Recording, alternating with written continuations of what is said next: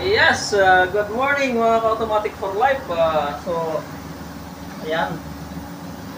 Muli, dito tayo ngayon sa Silang Branch. Global Pinay Automatic Transmission Specialist. Tayo ay magbubuo. Ayan.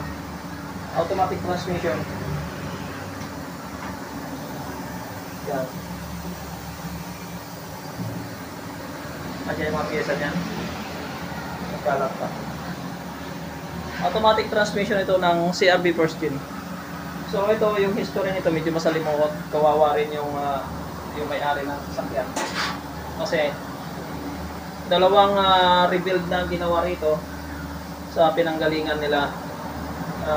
Yung panghuli ay dyan sa Lancaster Amos daw ito ginawa. So nakaapat na balik yan doon. Kasi ang problema hindi na alis, nandun pa rin yung problema. Ang sabi niya, parang sinukuhan na doon hanggang sa humantong sa inopera na lang yung may-ari na pipilhin na lang yung sasakyan kasi hindi daw nila napatino o hindi nila naayos. So, which is unprofessional. Dito sa atin, sa Global Pinoy, napunta yan dito. Ayan, actually marami tayo nakapilang mga susunod. At syempre, ito tapos na. Para naman to sa Pajero Exceed. So dito ako ngayon.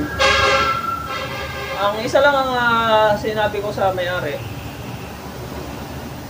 Dito sa Global Pinoy, kung pangatlong shop na kami, ginagaransya namin sa kanila. Wala nang pang-apat.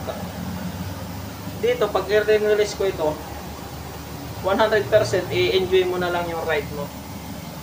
Solve ang problema mo. So dito tayo pupunta. Nakita ko in fairness naman doon sa may-ari, ginawa naman ito ng kabila, nakikita ko nga, pero marami siyang mga mali-maling pagkakagawa. So marami siyang nasira dito hanggang sa may mga nasunog na mga friction. At yung iba naman, ito, mahirap kasi mag-vlog. Yan. Yung mga sunog na mga luma. Ayan.